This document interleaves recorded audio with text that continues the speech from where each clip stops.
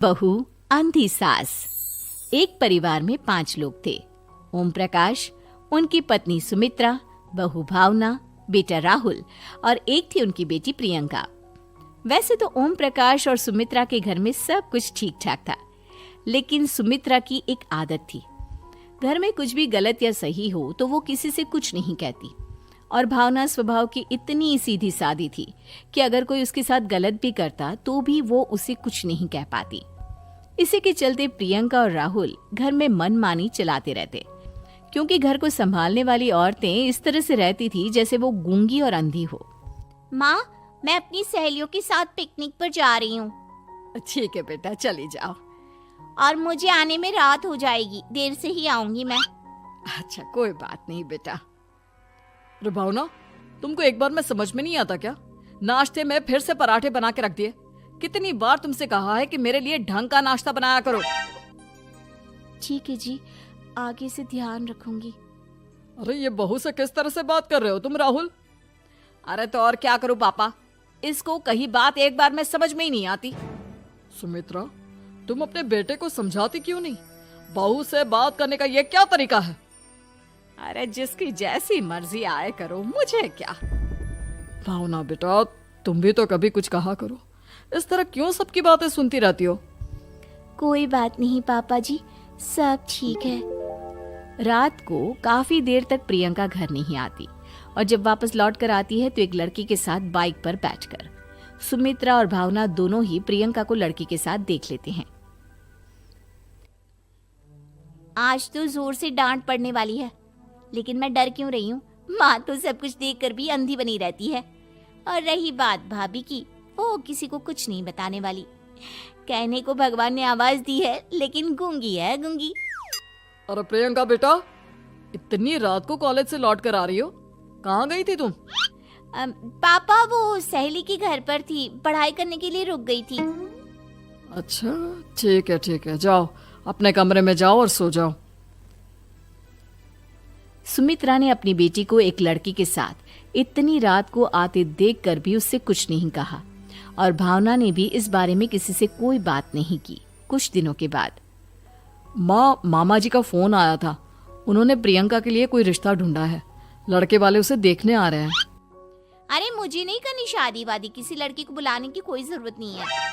ये तुम क्या कर रही हो प्रियंका बेटा? तुम्हारी शादी की उम्र हो चली है और तुम्हारे मामा जी ने बहुत अच्छा रिश्ता बताया है। पापा, अब जिद क्यों कर रहे हैं? और आप क्यों मेरी मर्जी के खिलाफ शादी कराना चाहते हैं? अरे माँ, इसको समझाइए ना। आपकी बेटी, आप तो बस चुपचाप सब कुछ होते हुए भी देखती रहती हैं। अरे तो क्या कहूँ, और मेरे कहने से क्या हो जाएगा? वैसे भी गलत क्या हो रहा है, सब कुछ सही तो है। भावना बहू, देखो तो प्रियंका हमारी बात नहीं समझेगी, लेकिन वो तुम्हारी हम उम्र है। क्या पता तुम्हारे कहने से उसे कुछ समझ में आ जाए।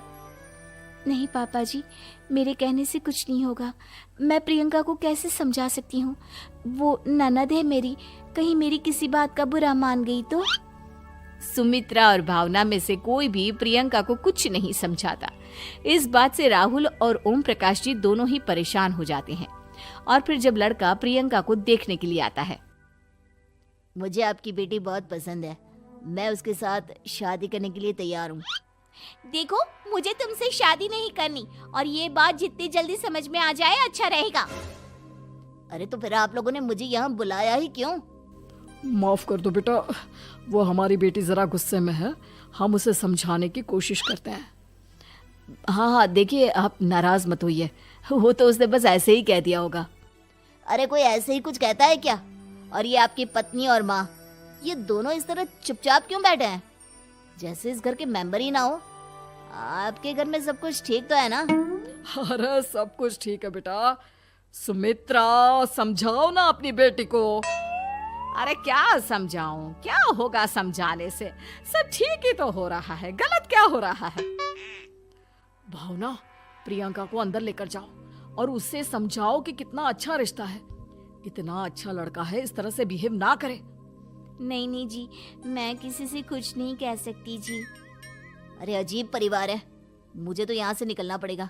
इस तरह से तो आपकी बेटी की शादी किसी से नहीं हो सकती। जिसके घर की औरतें गूंगी और अंधी बनकर बैठ जाए, उस घर का कुछ नहीं हो सकता। ओम प्रकाश और राहुल सुमित्रा और भावना की हरकतों की वजह से बहुत परेशान हो जाते हैं। एक दिन वो दोनों आपस में बात करते हैं। पापा, समझ में नहीं आता कि भावना और माँ को कैसे समझाया जाए। सही कहते हो बेटा, तुम और मैं काम के सिलसिले में सारा दिन घर के बाहर रहते हैं और घर की दोनों औरतें जिन्हें सारा घर संभालना चाहिए गूंगी और अंधी बनकर बैठी हैं। पापा आप ही बताइए इसका क्या उपाय है। मेरी तो कुछ समझ में नहीं आता बेटा, लेकिन हमें कुछ तो करना पड़ेगा क्योंकि इन सब की वजह से प्रियंका बहुत ज्यादा बिगड़ती जा रही है। तुमने देखा उसे किस तरह से बिहेव किया था। अरे लेकिन पापा हम करेंगे क्या? हमें एक नाटक करना होगा। कुछ दिनों के लिए हम भी गूंगे और बहरे बन जाते हैं, उसके बाद इन दोनों औरतों को अकल आएगी। हाँ पापा, शायद आपकी बात ठीक है। हम दोनों हर बार बात को संभाल लेते हैं और इसी वजह से माँ और भावना कुछ भी करने की कोशिश ही नहीं करते। और फिर अगले दिन, भावना, नाश्ते में क्या बनाया है? जी पराठे बनाए हैं। मेरे लिए पोहा बना दो। अच्छा जी ठीक है, अभी बना देती हूँ जी। बहू, नाश्ते में क्या बनाया है? पापा जी पराठे हैं और पोहे बन रहे हैं।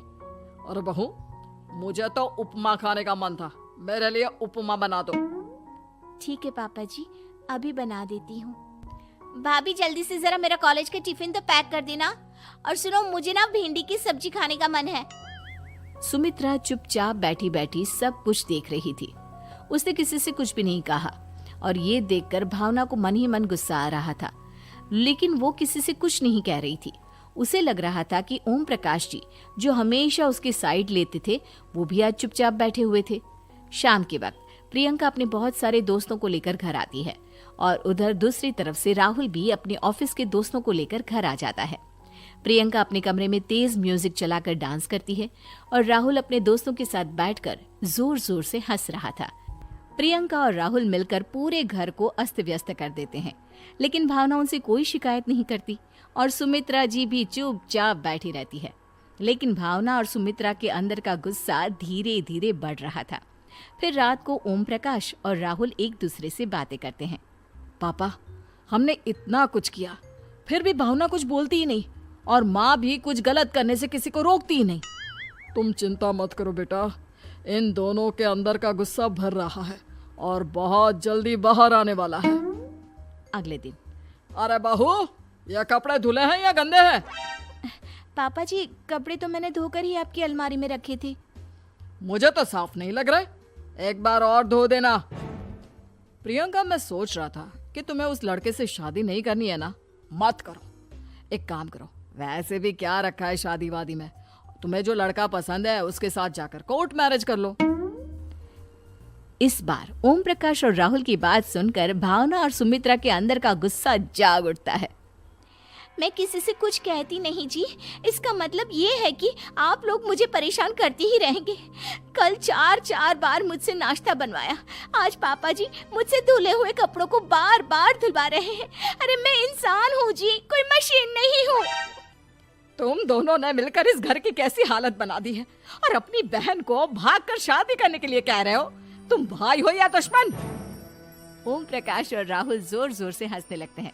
अरे इसमें हंसने की क्या बात है? हम लोग यहाँ इतने परेशान हो रहे हैं जी, तुम लोगों को ऐसी हरकत करने के बाद भी हंसी आ रही है। ये क्या कर रहे हैं जी आप दोनों? यही तो हम चाहते थे कि सुमित्रा तुम अंधी होकर ना बैठी रहो। घर में कुछ भी गलत हो तो उसे रोकने की कोशिश करो। और भावना, तुम अपने साथ हो रहे गलत व्यवहार पर भी कभी मुंह नहीं खोलती, ये सही बात नहीं है। मैं चाहता था कि तुम्हारी भी जुबान खुले, तुम गलत बात का विरोध करो। गूंगी बहू और अंधी सास की ये जोड़ी